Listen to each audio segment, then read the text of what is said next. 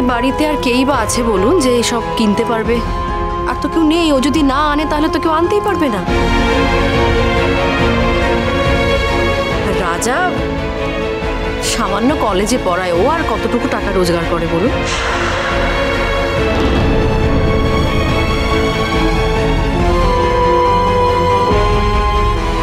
আচ্ছা বাচ্চা, আমি বলছি কি আমি কিছু কন্ট্রিবিউট করি? কি আশ্চর্য, তুই কেন কন্ট্রিবিউট করবি? আচ্ছা তুই একটা কথা বল, তুই যখন আমাকে কিছু কিনে দিস আমি কি কিছু বলি? বলি না। সবাই তোমরা প্লিজ একটু রিল্যাক্স করো গো। আমি এসব জিনিসপত্র কিনে দিয়েছি আউট অফ হ্যাপিনেস। আমার এসব কিনে দিতে ভালো লাগে। Please enjoy the moment. তোমার নজরখানা খুবই উঁচু বাচ্চা। অবশ্য হবে নাই বা কেন, ভগবান তোমায় দিয়েছেন তাই তুমি নজর উঁচু করতে পেরেছো।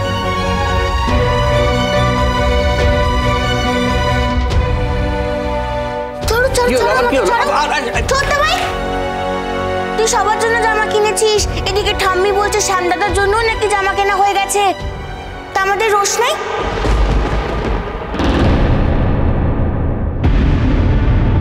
ওর কি হবে? হ্যাঁ, ওর জামা কোথায়? ও কি বানের জলে ভেসে এসছে নাকি?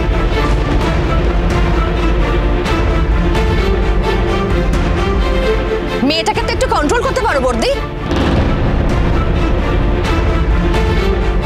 সব সময় সব জায়গায় সব বিষয় ওকে কথা বলতে হবে। আমি ওকে আল্লাহ দি মেজো সবসময় তো বকি। তাকে সময় মনে হয় যে হাত পা বেঁধে ঘরে বন্ধ করে রেখে দিই, তবে যদি শিক্ষা। কি কি বললে তুমি? হ্যাঁ, বড্ড ভার বেড়ে গেছে। হ্যাঁ, বাড়ির বড় বউ হয়ে একেবারে মাথা কিনে রেখে দিয়েছে।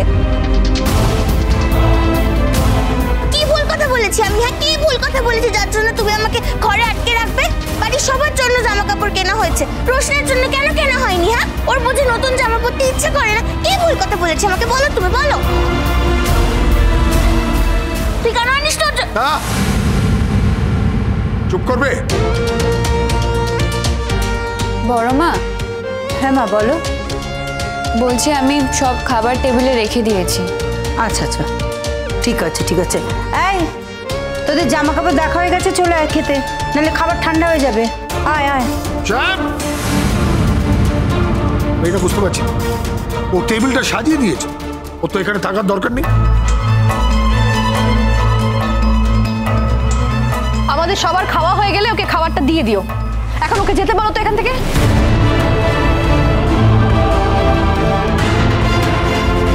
যাও। রোশনাই থাকলে যেন জায়গাটা ক্ষয়ে যাবে। তা বলি রোশনাই না থাকলে আমাকে কে খাইয়ে দেবে শুনি? এতদিন তোমাকে বাড়িতে যে খাইয়ে দিত সেই তোমাকে খাইয়ে দেবে। আর রোশনাই তো সারা জীবন এখানে থাকবে না তোমাকে খাইয়ে দেওয়ার জন্য। মিনি,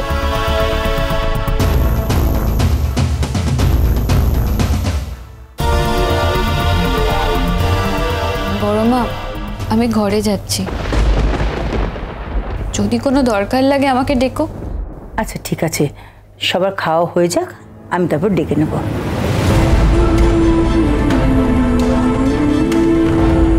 দাঁড়াও,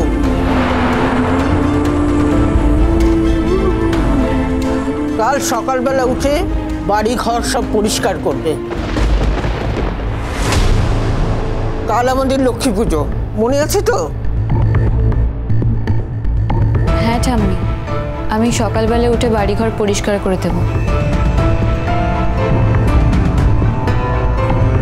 এটা তুই কি করলি রে? হ্যাঁ, বাড়িতে সবার জন্য তুই নতুন জামা নিয়ে এলি, আর যেই মেয়েটাকে তুই নিজে হাতে এখানে নিয়ে এসছিস তার জন্য একটা জামা আনতে পারলি না? হ্যাঁ, ভুলে গেছিলি তুই? বল ভুলে গেছিলি, বল ভুলে গেছিলি, বল বল বল। কে রে, বলছিস না কেন? বল।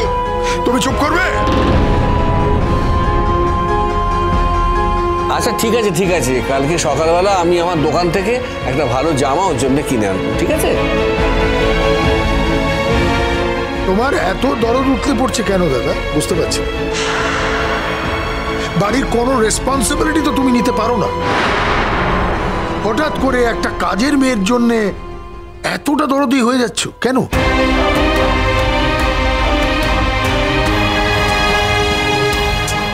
বাবা প্লিজ।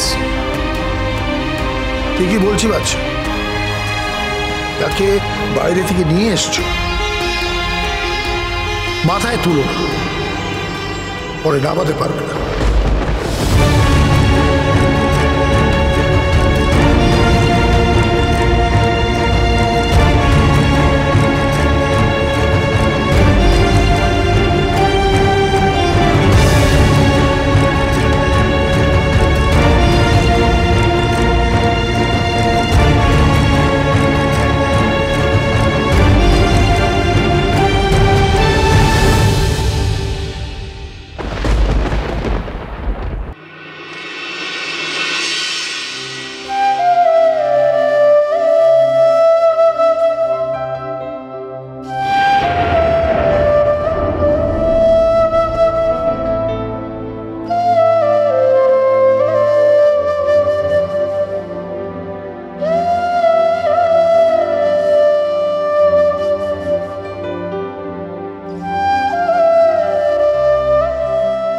রোশনাই,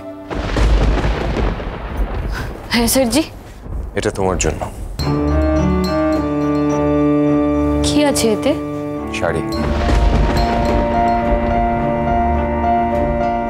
আমি কাল শপিং করতে গিয়েছিলাম, সবার জন্য অনেক কিছু কিনেছি, তোমার জন্য কিনেছি। সবার সামনে দিতে পারিনি, তাই সেজন্য আপনি আমাকে আড়ালে দিতে এসেছেন। আপনি কি ভাবলেন আপনি আমাকে এভাবে লুকিয়ে লুকিয়ে দেবেন আর আমি সেটা নিয়ে নেব? আপনি কি আমাকে লোভী ভাবেন? আমি সেটা ভাবি না, তুমি খুব ভালো করে জানো। সবার সামনে দিলে আমাকে অনেক কথা শুনতে হতো, আর তোমাকেও অনেক কথা শুনতে হতো। ভাবলেন কি করে আমি এটা নিয়ে নেব? আর আপনি আমার জন্য কিছু আনবেনই বা কেন? আপনি জানেন না কাজের লোককে মাথায় তুলতে নেই? আপনার বাবা তো কালকে আপনাকে বুঝিয়ে বলল। আমার বাবা মা তোমাকে অনেক অপমান করেছে, আমার বাড়িতে যারা যারা তোমাকে অপমান করেছে তাদের হয়ে আমি ক্ষমা চেয়ে নিচ্ছি। I am sorry Roshna. আপনি কেন সরি বলছেন? যা বলেছে ঠিকই তো বলেছে। আমি তো এ বাড়ির একটা কাজের লোক ছাড়া আর কিচ্ছু না। আজকে যদি আমি হঠাৎ করে বাড়ি ছেড়ে চলে যাই তাহলে আমার পরিচয়টা কি হবে? একটা কাজের লোক এসেছিল, হঠাৎ করে একদিন চলে গেল, তাই তো? সেটা না, তুমি খুব ভালো করে জানো।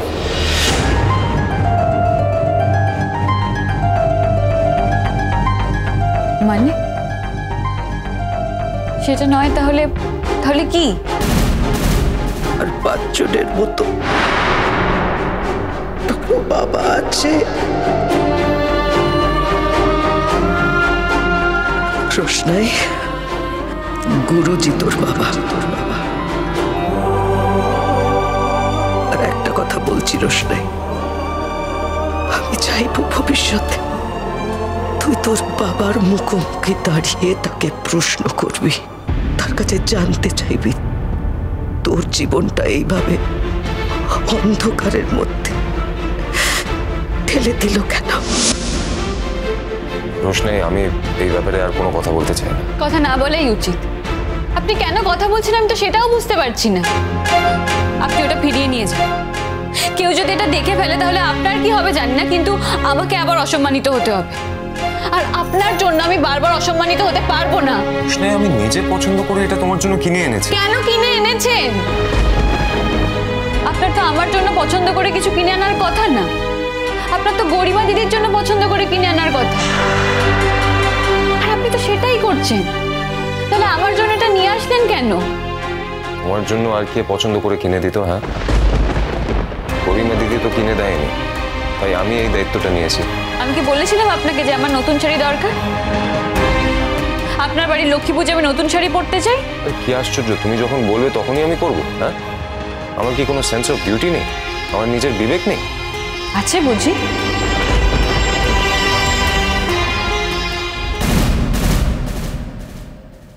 ওই যে প্রকাশ ভাইয়ের যে ভাগ্নি জামাই, ও তার সঙ্গে বেরিয়েছে, তারপরে কোথায় গেছে জানি না স্যার।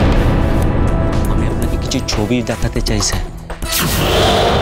আজ লক্ষ্মী পুজো, সবাই চলে এসছে, আমাকেও রেডি হতে হবে। প্লিজ রোশনি, এটা রাখো। আমি আর কোনোদিন আনবো না, আই প্রমিস। কিন্তু এটা আজ ফিরিয়ে দিও না, আমার খুব খারাপ লাগবে। না, रोशनाई।